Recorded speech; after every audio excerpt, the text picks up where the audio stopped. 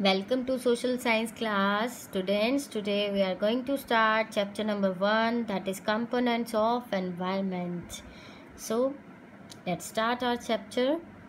First of all, press the bell icon to get notified when I will upload more and more videos for you, and do subscribe the channel, like it and share it with your friends also. So let's start. Environment it's true sense, अगर environment को हम बोलें वो क्या है, as all that surrounds अस, जो हमारे आसपास जो भी है वो क्या है हमारे लिए एनवायरमेंट है. And the environment is our basic life support system. Environment जो है हमारा बेसिक लाइफ सपोर्ट सिस्टम, मतलब लाइफ जो है विदाउट एनवायरमेंट एग्जिस्ट नहीं करती. It provides the air we breathe. Environment से हमें क्या मिलता है, एयर जो हम ब्रीथ करते हैं, water we drink, food we eat, the land we will. So hope you know कि हम air, water, food and land के बिना नहीं रह सकते. So these all we get from environment. So environment is our basic life support system. It also includes plants, animals. Plants and animals हैं, large variety of man-made. Plants, animals are natural and man-made things भी हैं इसमें जो हमें जीने के लिए ज़रूरी है, necessity for our life. Thus environment has both natural and man-made elements. So environment में natural elements भी हैं and the man-made भी हैं. Natural environment क्या है, उसे आगे 2 parts में divide किया गया है. Bifurcated means divided. Write it down, underline it. Divided into 2 parts, that is physical environment and the biological environment. Physical environment में सब नॉन लिविंग थिंग्स आएंगी. फिजिकल में non living things and biological में living things. In biological environment all living things will come. In physical environment includes all non-living like land, water, air, and living are plants and animals. Man is most important component of biological environment. Biological environment का क्यों component है, because man is a living being who satisfied all the required needs from both parts of the environment. 2 components हैं natural environment के, that is physical and biological.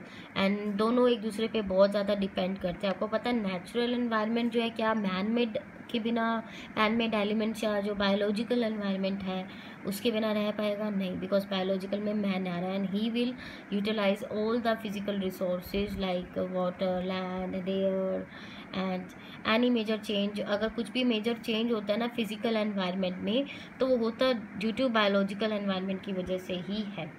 Like अभी nature में आप देख रहे हो कितने चेंजेस आ रहे हैं. सो वो किस वजह से हो रहे हैं, because of biological environment. Because biological environment में कौन है, मैन है, ह्यूमन बीइंग है. द चेंजेस देखो सडन भी हो सकते हैं जो एकदम से होते हैं, ग्रेजुअल जो बहुत टाइम ले लेते हैं. And for example, the development of soil takes years together and cannot be visualized.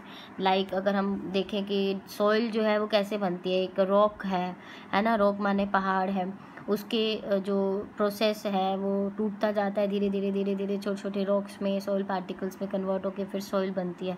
वो एक लॉन्ग प्रोसेस है, ग्रेजुअल है, जो हम नहीं इतना देख सकते कि हम इतने टाइम तक वो प्रोसेस देख सकेंगे, नहीं. एंड कुछ सडन होते हैं, लाइक अर्थक्वेक है, वोल्केनो है, ज्वालामुखी है. वोल्केनो मीन्स अर्थक्वेक, भूकंप आता है तो एकदम से ही सडन होते हैं, वो हमें इतना, हम उसे विजुअलाइज तो कर सकते हैं बट वो बहुत सडन है. देखिए 4 स्फीयर्स ऑफ एनवायरनमेंट है. लिथोस्फीयर ये नेचुरल एनवायरनमेंट का है. Lithosphere, atmosphere, hydrosphere, biosphere, 4 environments हैं. सो इसके बारे में स्टडी करते हैं. Each of these are unique, मतलब हर जो स्फीयर है अपने आप में एक अलग तरीके से अपने आप में यूनिक है. और and supports other in life forms on our planet with called mother earth. तो ये सारे मदर अर्थ जो है हमारी मदर अर्थ क्यों कहलाती है, each of these is a unique in its own way and supports others. और ये एक दूसरे को सपोर्ट करते हैं सो दैट हमारे प्लैनेट में जो है लाइफ है वो मेंटेन रहे. अब इनकी इंपॉर्टेंस जानते हैं हम. ये देखिए, एयर से रिलेटेड एटमॉस्फेयर, वाटर से related hydrosphere means hydro means water, life related biosphere and land related lithosphere. The little meaning of lithosphere is the sphere of rocks. Rocks या आप लैंड बोल सकते हो. द अर्थ सॉलिड लेयर जो उसे बोलते हैं हम, अर्थ की जो सॉलिड लेयर होती है उसे हम क्या बोलते हैं, लिथोस्फेयर बोलते हैं. Let's move on to the next page. So the lithosphere is about 100 kilometre in thickness. Lithosphere की थिकनेस क्या है? 100 फीचर्स हैं ये 100 kilometre. The upper most part of lithosphere is composed of rocks rich in silica. जो upper most part है, मान लो ये ज़मीन है, लिथोस्फीयर ये अपर मोस्ट पार्ट है, ये किसमें रिच है, क्या क्या चीज़ें हैं, क्या एलिमेंट्स हैं इसमें? Silica and aluminium. और इनको अगर हम ऐड कर दें वन वर्ड में बोले तो क्या बोलेंगे? सियाल बोलेंगे। बिफोर द सियाल लेयर, और सियाल लेयर के नीचे क्या है? सिलिका प्लस मैग्नीशियम, तो हम क्या बोल देंगे? Sima. Si from silica, Ma from magnesium, sima. And hence same as in this Si from here and Al from aluminium, जो क्या है बिल्कुल ओशन के बेसिन्स में होती है। नीचे वाली लेयर को बिल्कुल बोलते हो आप, टॉप मोस्ट को सियाल, नीचे वाले को सीमा। एंड साइमा जो है वो मैग्नीशियम और सिलिका को मिला के बनी है। दस lithosphere is a part of earth which provides land और विच विल लिव। जहाँ हम रह रहे हैं वो लिथोस्फीयर का पार्ट है। It provides soil for plants and a source of mineral wealth, क्योंकि मिनरल्स भी यहीं पाए जाते हैं और प्लांट्स के लिए सॉइल। एटमॉस्फेयर क्या है? Sphere of air. एटमॉस्फेयर में बहुत सारी मिक्सचर ऑफ गैसेस हैं जो एक एनवेलप फॉर्म कर देती है अराउंड द अर्थ, और ये गैसेस एनवेलप है जो कहाँ तक एक्सटेंडेड है? 1600 kilometre above the earth surface. Earth के 1600 किलोमीटर ऊंचाई तक जो है, ऊपर तक क्या है? एटमॉस्फेयर है। और 99% जो है वहाँ पर टोटल मास ऑफ एटमॉस्फेयर उसका 99% कहाँ पे है? 32 किलोमीटर तक की हाइट पे ही है, जो अर्थ के सरफेस से है। मतलब अर्थ का सरफेस अगर ऐसा तो उसकी 32 किलोमीटर की हाइट तक जो है मैक्सिमम 99 कवर हो जाता है एटमॉस्फेयर का part. Among the 4 major elements of environment, atmosphere जो है डायनेमिक है। डायनेमिक मतलब चेंजिंग है, चेंज होता रहता है। आपको पता है एटमॉस्फेयर में मिक्सचर ऑफ गैसेस जो है वो चेंज होती रहेंगी। अगर हम मैन मेड कुछ एक्टिविटी ऐसी करेंगे तो in nature where the change occur from one season to another season, short period seasons change होता है तो चेंज हो जाता है एटमॉस्फेयर, है ना। कभी बारिश है, कभी ठंड है, कभी समर्स हैं, कभी विंटर्स हैं, कभी कैसा पीरियड है, कैसा क्लाइमेट है, वी डोंट नो ना। So with in a short period of time से अ फ्यू हावर्स में कुछ चेंजेस हो जाते हैं, तो ये सडन है, डायनेमिक है। The sudden changes in atmosphere which effect our life both directly and indirectly, दोनों तरीके से इफेक्ट करती है। Next is hydrosphere. Hydrosphere refers to sphere of water, जहाँ पर जो वाटर कहाँ है? वाटर बॉडीज़ क्या है? जहाँ जहाँ वाटर है, oceans, rivers, lakes and other water bodies on earth surface. और ये क्वेश्चन आपका, the planet earth is often called water planet या ब्लू प्लैनेट बिकॉज, क्योंकि यहाँ पर अबंडेंस ऑफ वाटर है इसके सरफेस पे, अबंडेंस ऑफ वाटर है on its surface. The water bodies includes, abundance मतलब भारी मात्रा में वाटर है। The water bodies includes river, lake, seas, ocean. And जो ओशन है वो अर्थ सरफेस का 71% कवर करता है। मतलब अगर अर्थ का जितना भी सरफेस है उसका 71% में क्या है? ओशंस हैं। और जो वाटर डिस्ट्रीब्यूट है वो यूनिफॉर्म नहीं है। आपको पता है, ये मान लो अर्थ है और ये क्या है? This is equator line 0 degree. अब ये क्या होगा? North, south, east, west. This is northern hemisphere and the southern hemisphere. तो यहाँ पर ये बता रहे हैं कि नॉर्थ और साउथ में दोनों में इक्वल डिस्ट्रीब्यूशन नहीं है वाटर का। 43% अगर टोटल वाटर का परसेंटेज माने 43% नॉर्दर्न हेमिस्फीयर में है एंड 57% का है सदर्न हेमिस्फीयर में है। And after that lies in the ocean whole. Oceans में टोटल 96.5% वाटर, मतलब अगर इतनी सारी वाटर बॉडीज़ हैं तो सबसे ज़्यादा पानी कहाँ पे है? ओशंस में है। And rest of the water जो वो कहाँ पे? आइस में है, water vapours, underground water, rivers and lakes में। Biosphere related to life. Biosphere जो है वो नैरो जोन है जहाँ पर हम लोग रह रहे हैं। ये मतलब सब सारे स्फीयर्स जो हैं बाकी 3 वो बायोस्फीयर से रिलेट करते हैं, डिपेंडेंट हैं, because all the 3 spheres of environment where all kinds of life exist. Most of the living organism जो है लाइक प्लांट, एनिमल, माइक्रोब्स आपके यहाँ इसमें भी दिया हुआ है, these are very small organisms. So present on earth, found on near the earth surface like land, water और एयर। तो ये सब क्या है?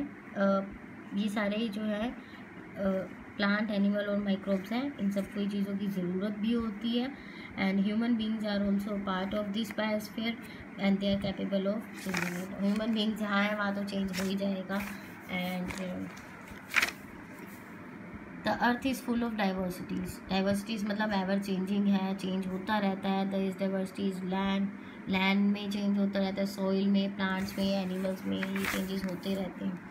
This process of diversification has occurred largely over a long period. ये डाइवर्सिफिकेशन होने में थोड़ा टाइम ज़्यादा लग जाता है, लॉन्ग पीरियड प्रोसेस है, और resulting in emergence of new species, plants and animals. These changes create biodiversity on the earth. So ये जो चेंजेस हैं इतने लॉन्ग प्रोसेस में होते हैं, तो इससे क्या होता है, बायोडाइवर्सिटी क्रिएट होती है, means the existence of a number of different plants and animals. Government ने एक एक्ट पास किया था, वाइल्ड लाइफ प्रोटेक्शन एक्ट, मतलब वाइल्ड लाइफ को प्रोटेक्ट किया जाए। वाइल्ड लाइफ क्या है, जो नॉन हैबिटेटेड एनिमल्स और वो हैं डोमेस्टिकेटेड एनिमल्स हैं। एक तो डोमेस्टिकेटेड होते हैं जिनको आप पेट बना लेते हो घर पे पालतू, और जो पालतू नहीं होते हैं वो वाइल्ड लाइफ लाइक सेंचुरीज में, नेशनल पार्क्स में रखे जाते हैं, रिजर्व किए जाते हैं, कंजर्व किए जाते हैं to protect the conserve the this biodiversity. उन्हें भी ज़रूरी है कि हम कंजर्व करें, ये हमारी हेरिटेज है। Under this act poaching and hunting, poaching का मतलब है, एक तो हंटिंग होता है शिकार करना, मतलब अपने लाइक शौक के लिए। पोचिंग मीन्स कि आप शिकार उनको मार रहे हो कमर्शियल पर्पस के लिए, मतलब उनसे आप कुछ ऐसा बिजनेस कर रहे हो जो उनके मार के वो आप उनको यूज़ करोगे, एनिमल्स या जो भी है स्पीशीज़ को।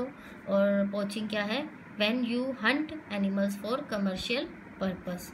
वायलेशन ऑफ एक्ट मतलब अगर ये एक्ट आप नहीं मानोगे, इसमें दिए गई बातें नहीं मानोगे, तो आप पनिशेबल हो अंडर दिस लॉ, मतलब आप कानून के द्वारा पनिश किए जाओगे, जो भी उसमें सज़ा होगी। It is not the duty of government to protect and preserve wildlife, but ये सिर्फ गवर्नमेंट की ड्यूटी नहीं है कि वाइल्ड लाइफ को प्रोटेक्ट करना, ये हम सबकी रिस्पॉन्सिबिलिटी है। सो ये ज़रूर पढ़ लेना कौन सी स्पीशीज़ जो है वो एंडेंजर्ड हो रही है, जो ख़त्म होती जा रही है, छिपती जा रही हैं। ये कुछ स्पीशीज़ हैं इंडिया की। टोटल नेशनल पार्क्स की यहाँ पर रॉन्ग लिखी हुई है, इसे करेक्ट कर लो गूगल पे डाटा देख के। प्रेजेंटली आई गेस 104 एंड 551 है।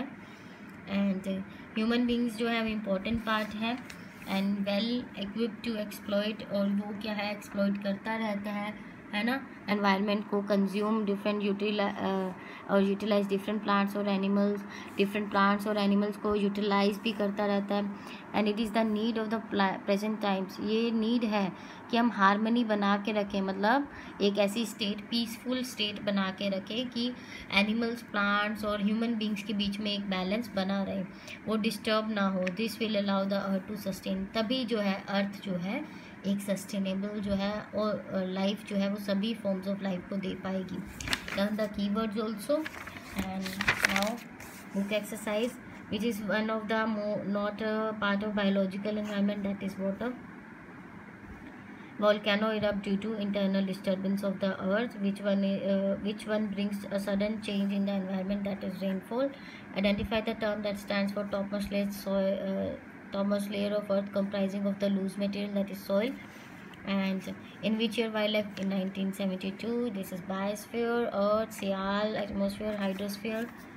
24135, write it down. So hope students you like the chapter.